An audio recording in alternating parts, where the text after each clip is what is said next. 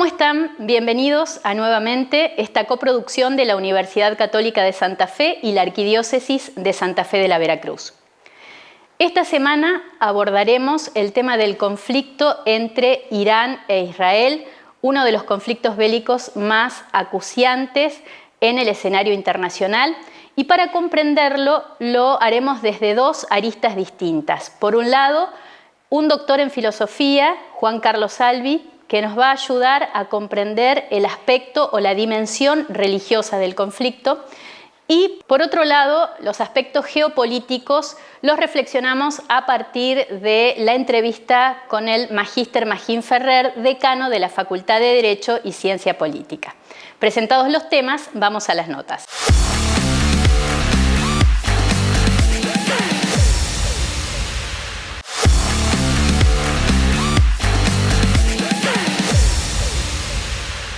Así como vimos las cuestiones geopolíticas relacionadas con el conflicto Irán-Israel, ahora recibimos al doctor Albi para pensar en el trasfondo religioso de este conflicto. ¿Cómo está, doctor? ¿Qué tal? Buenas tardes. Encantado de estar aquí. Nos gustaría traer a la reflexión y tratar de comprender un poco el trasfondo religioso de este conflicto.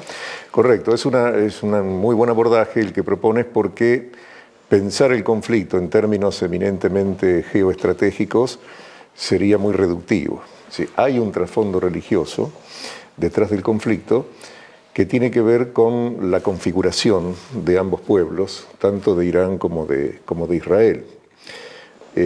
Aparte, hay elementos políticos que son inseparables, por supuesto, pero hay que partir de la revolución chiita que hubo en Irán en 1979, que terminó con el régimen autocrático del Shah Pahlavi. No olvidemos que los chiitas, tal vez después yo haga alguna aclaración para los oyentes de qué son los chiitas y qué son los sunitas, ¿no? Las dos grandes divisiones del Islam, pero el líder chiita, el régimen del Ayatollah Khomeini, es un líder político-religioso, es decir, que tiene prácticamente carácter mesiánico, porque en el fondo de la concepción chiita, del Islam chiita, hay una expectativa mesiánica, como también la está, por otro lado, en el sionismo, es decir, porque ya fíjense que Gershon Scholem, que fue el gran sistematizador de la cábala moderna en el judaísmo, en 1971, decía Scholem que el proyecto israelí, aun cuando está secularizado, encierra una dimensión escatológica, una cuestión apocalíptica. Y por el lado del Irán, el imán, digamos que es el personaje principal, el imán simboliza la expectativa de un imán oculto que volverá al fin de los tiempos para el juicio final, con la destrucción de los infieles, la instauración, digamos, el retorno del Mesías y, por supuesto, la destrucción de los enemigos. A ellos le llaman a Estados Unidos el gran Satán y a Israel, que es aliado de los Estados Unidos, el pequeño Satán. Esto fue un cambio muy importante, porque no olvidemos que durante la dinastía de Pahlavi, que fue de 1925 a 1979, un régimen muy autocrático, el primer Estado en reconocer la legitimidad del Estado de Israel, que nace el 14 de mayo de 1948, fue Irán. Es decir, ahí las relaciones estaban bien. Todo comienza con la Revolución del 79. Y está este trasfondo religioso que tiene que ver con lo escatológico fundamentalmente. Y que está no solamente en el Islam, está en Israel porque no olvidemos que Netanyahu, el ministro israelí, también está aliado a partidos judíos fundamentalistas que promueven el juicio escatológico. Y aquí también está en juego un concepto que veníamos hablando antes de iniciar esta nota, que tiene que ver con el concepto del espacio de lo sagrado, ¿no es así? Exactamente, exacto, porque el epicentro del conflicto es Jerusalén. Jerusalén es el espacio sacralizado para ambas religiones, tanto para judíos como para musulmanes, porque por un lado es el centro indiscutiblemente espiritual e identitario del pueblo judío. Y por otro lado, para el Islam, la liberación de Jerusalén representa un proyecto panislámico, es decir, tiene que ver con la promoción del juicio final. Para explicar un poco qué significa el espacio sagrado, porque puede resultar una expresión un poco confusa para los oyentes, en el estudio de las religiones, el espacio sagrado es una conceptualización del espacio que tiene que ver con la experiencia religiosa. Es decir, nosotros percibimos el espacio, tenemos la percepción, la orientación y la conceptualización del espacio, de manera distinta de cómo lo hacen los dispositivos modernos. Por ejemplo, los sensores, los radares, el mismo GPS, tienen una concepción del espacio homogénea, isotrópica, mientras que el ser humano, que está sujeto a condiciones psicofisiológicas como la percepción y la orientación, concibe el espacio de manera distinta, de manera subjetiva y anisotrópica. Esto quiere decir que no todo el espacio es igual, sino que hay ciertos episodios peculiares que le dan al espacio una característica ontológica. Y la experiencia religiosa, que es la experiencia más sublime que puede tener el espíritu humano, justamente consagra un espacio como el lugar de la manifestación de lo sagrado, donde se cuentan historias divinas, donde se tienen experiencias con lo sobrenatural, y Jerusalén, en este sentido, es la ciudad icónica de lo sagrado. Pero esto ya viene de lejos, porque ya en la Biblia, justamente que muestra el origen común de ambos pueblos, del pueblo de Israel y del pueblo islámico, ya en la Biblia hay dos o tres episodios de consideración de espacio sagrado. Por ejemplo, ustedes ven en el capítulo 28 del Génesis esa historia en que Jacob llega a Harán, tiene que pernoctar allí, pone una piedra de cabecera, la usa de almohada, y tiene un sueño en el que ve ángeles de Dios que suben y bajan por una escalera, que toca la famosa escala de Jacob, que toca el cielo por un lado y la tierra por otro. Cuando él despierta, prácticamente al amanecer, dice: «Cuán terrible es este lugar, porque ciertamente Dios estaba aquí y yo no lo sabía. Desde este momento este lugar será llamado Casa de Dios y Puerta del Cielo». Y entonces coloca una piedra, la piedra que usó de almohada, como monumento para consagrar ese lugar como lugar sagrado. Es decir, la tendencia de la experiencia religiosa es a construir algo para el poder que fue manifestado allí. Esto ocurrió, por supuesto, después con el templo, con la mezquita. Entonces siempre está la idea de construir algo en torno al espacio que fue sagrado. Lo mismo ocurrió con el libro el capítulo 3 del Éxodo, cuando Moisés es atraído por Dios en la zarza que arde, y la voz desde la zarza, que es la voz de Dios, le dice: «Moisés, quita las sandalias de tus pies porque la tierra que estás pisando es sagrada». Entonces ya desde allá viene el concepto de espacio sagrado. Le quería preguntar, estas raíces, tanto del islamismo como del judaísmo, ¿pueden llegar a tener algún punto de encuentro pensando en cuestiones que permitan coincidir para construir la paz? ¿Hay una posibilidad de diálogo entre estas religiones? Yo creo que el punto en común está en el origen, que es el patriarca Abraham, ¿verdad?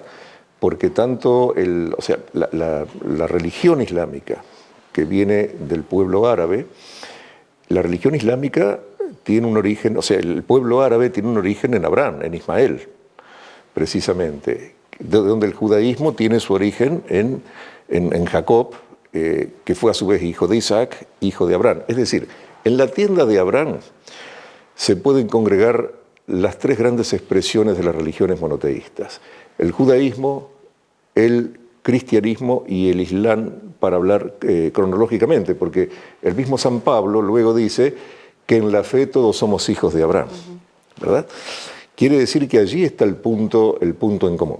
Bueno, después la historia de la expulsión de Ismael de la casa de Abraham es una historia muy sórdiда, que ustedes la pueden leer en el libro del Génesis, pero con las dimensiones que ha tomado el conflicto hoy, que no es otra cosa que una instrumentación política de lo religioso, yo creo que la única manera es por parte de la diplomacia internacional desmontar los mitos fundacionales que hay, porque ¿qué es lo que pasa? Israel ve a Irán como un enemigo existencial, entonces hay que borrarlo del mapa. Irán ve a Israel como el enemigo del Islam. Entonces hay que exterminar a Israel también. Entonces, frente a esas posiciones que son tan irreductibles, es muy difícil llegar a un acuerdo, un punto de acuerdo. Por eso, habría que volver a la tienda de Abraham, ¿no? Ahí empieza todo, justamente. Y hablando de este complejo escenario en el que hay tanta historia, cuestiones políticas, económicas, religiosas, de poder también. De poder, fundamentalmente. Sí. ¿Cómo ve la comunicación que se está dando de este conflicto, de una guerra en pleno siglo XXI en el que están convergiendo muchos de estos aspectos, incluso lo religioso? ¿Cómo ve que se está presentando a la sociedad este tema? ¿Cómo se está informando? ¿Y qué lugar puede ocupar la filosofía de las religiones para aportar a, de alguna manera, esclarecer este conflicto? Perfecto. Yo creo que se ha difundido poco el aspecto religioso, porque claro, todos están concentrados en el aspecto geopolítico, geoestratégico, el tema del refinamiento del uranio, si es para fines de comunicación o para fines bélicos. Bueno, entonces yo creo que la información está entreteniendo a la gente en esos aspectos. Pero no olvidemos que dentro del Islam, donde conviven, no obstante, pacíficamente, las dos grandes facciones, el sunismo y el chiismo, esto arraiga ya en un episodio religioso que viene del siglo VII. Es decir, ¿cuáles son las verdaderas condiciones de sucesión del profeta?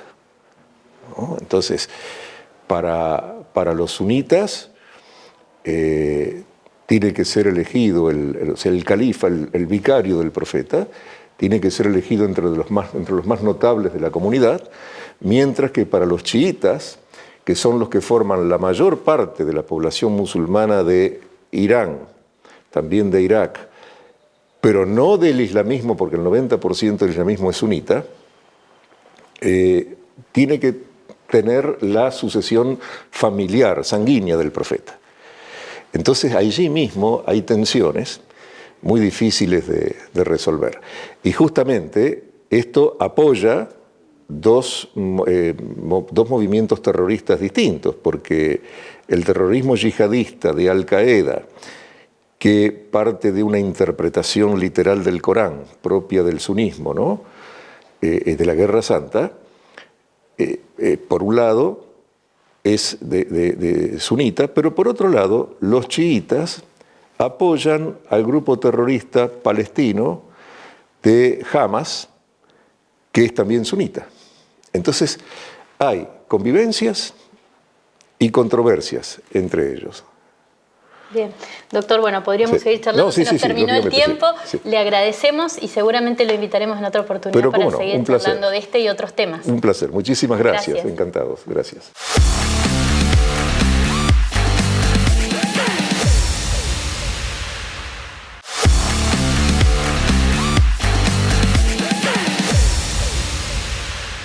Recibimos ahora al magíster Magín Ferrer, decano de la Facultad de Derecho y Ciencia Política.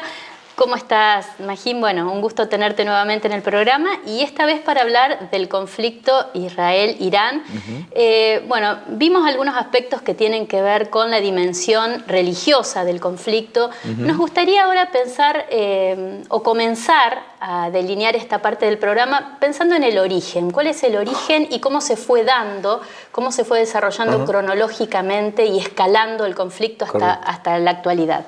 Como estudiante me enseñaron a ver los procesos, ¿no? La evolución de los procesos para poder entender cómo hoy tenemos la realidad que tenemos. Este es un proceso complejo, diría multicausal, por la sencilla razón de que no hay una sola causa que lo pueda explicar. Históricamente es una región muy impregnada por lo religioso, te diría intoxicada por lo religioso, para utilizar una palabra fuerte para que se entienda, en donde las disputas excedían a veces lo religioso y pasaban a las cuestiones territoriales.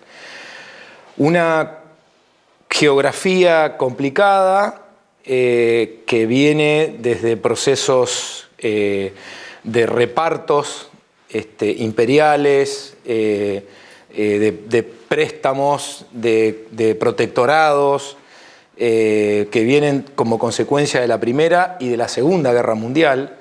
Una región que sí, tuvo la presencia, yo diría, exacerbada de las potencias occidentales, Inglaterra, Francia, Estados Unidos en última instancia.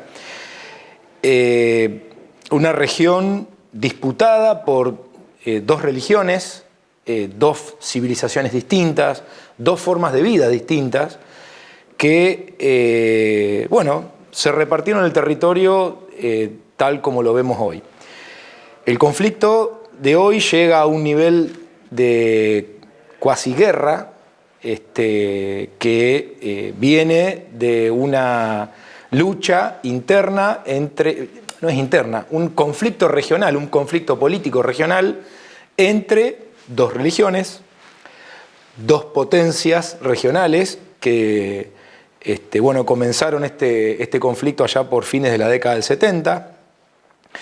Uno es un país formado a fines de la década del 40, de una fuerte impronta religiosa, que es Israel, y el otro, Irán, es un país cuyo contexto político, social y cultural cambia a fines de la década del 70. No cambia, se radicaliza a partir de la revolución del año 79.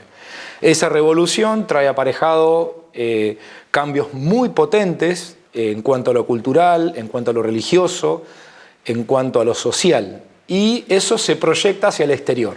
Se proyecta en su política exterior y contra sus vecinos. Un país que intenta convertirse en líder regional, líder del islamismo, y no lo logra. Compite en franca disminución contra los otros islámicos musulmanes. Ahí hay una competencia muy fuerte, una confrontación religiosa muy fuerte entre chiitas y sunitas, que son las dos corrientes del Islam. Unos son los seguidores de Mahoma y los otros son los seguidores del yerno de Mahoma. Bueno, no viene al caso la cuestión religiosa, pero el origen de todo esto viene ahí. Irán quiere posicionarse como potencia regional dentro de lo que sería el mundo musulmán, islámico, e Israel mantiene una posición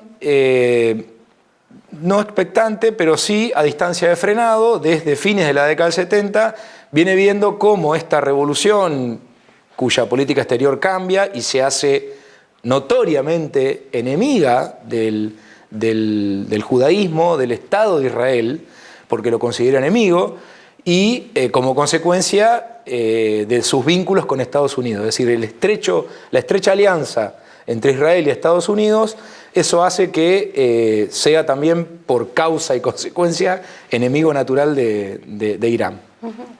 ¿Cómo se está dando el mapa en este momento de las alianzas estratégicas a nivel mundial? Vos decías, estamos en las puertas de una guerra en la que siempre el mapa va generando alianzas, enemigos y alianzas, digamos, estratégicas entre países. Es correcto. El cuadro geopolítico generado en ese sector, en ese cuadrante geográfico, es complejo porque Israel es un enclave occidental en Oriente Medio, que tiene una alianza muy fuerte con Estados Unidos, no tanto con Europa, pero desde otro punto de vista. Pero Estados Unidos es su aliado principal, tanto militar como políticamente. Por otro lado tenemos Irán, que es una potencia no occidental, con un cuadro de alianzas más vinculado a lo que sería Rusia, China, India en algún punto, Corea del Norte. Es como si fuera una multiplicidad de actores que profesan una forma de construir poder versus el poder occidental. Bueno, algunos no comulgan con el poder occidental y estamos viendo los resultados, ¿no? El final de la Guerra Fría, que fue allá por el año 91, ya hace bastante, descontracturó este mundo e hizo que algunas potencias, algunos países se sintieran con ciertas libertades de empezar a tomar cartas en su destino. Y eso ha hecho que, bueno, Irán proliferara en su capacidad nuclear y trabajara en su capacidad nuclear. Es decir, lo nuclear es un atajo hacia llegar hacia el camino de la potencia. Es decir, evita todo el recorrido de lo convencional y hace un atajo, corta por una diagonal y llega a ser potencia, bueno, con cierto temor de los vecinos.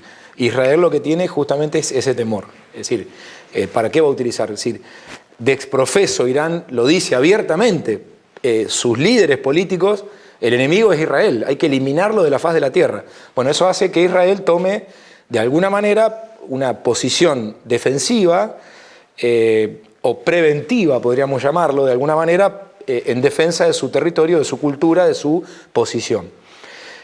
Rusia está expectante, China bueno, mira cómo se desarrolla, porque bueno, no nos olvidemos que China, más allá de que hoy es el competidor número 1 de Estados Unidos en lo comercial, todavía en lo militar no ha llegado. Y lo ha demostrado Estados Unidos en los ataques quirúrgicos que hizo el mes pasado a las bases nucleares de estudios o centrales nucleares que tiene Irán, y se callaron todos, se terminó todo ahí. Y les dijo, acá se terminó la guerra a los 12 días, hasta acá llegamos. Y es como un tirón de oreja tanto a Netanyahu como a los iraníes, ¿no? Es decir, esto termina acá.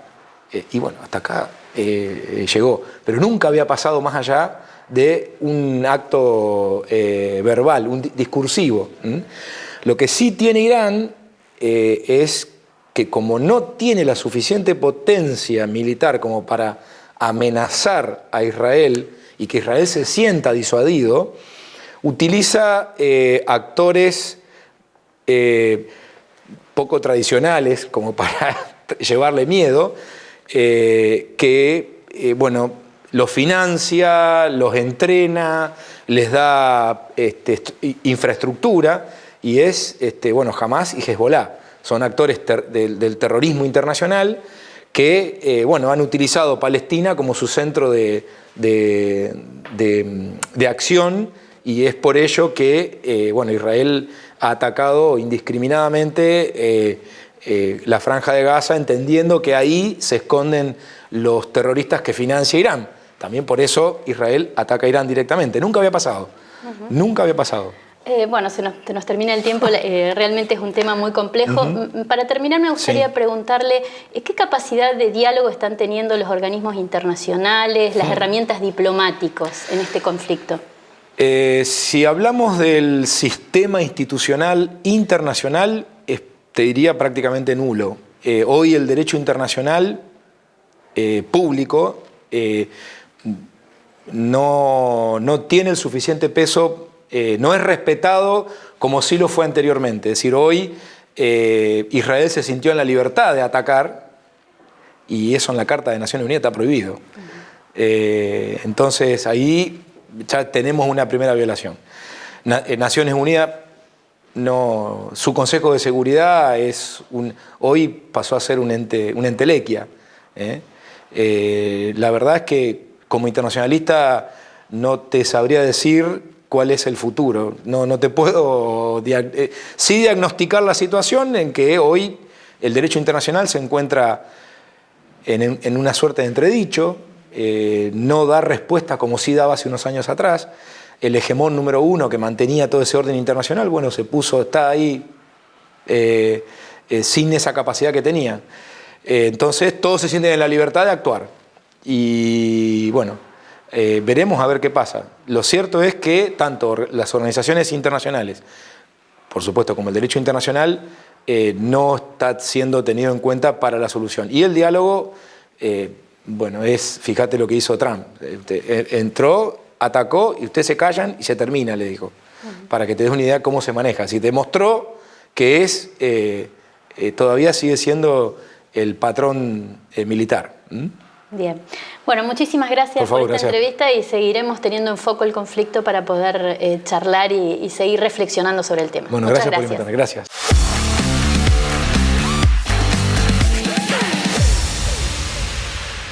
Antes de despedirnos, queremos presentarles dos publicaciones del doctor Juan Carlos Salvi, que estuvo aquí hoy en nuestro programa: Tiempo y acontecimiento en la antropología de Ireneo de León y la medicina filosófica del cristianismo antiguo, ambas publicaciones que pueden encontrar aquí en la librería Presbítero Leyendecker en su tienda física.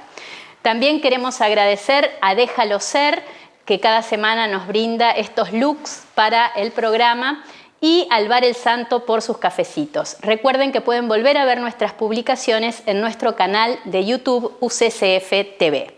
Muchas gracias por acompañarnos. Buena semana.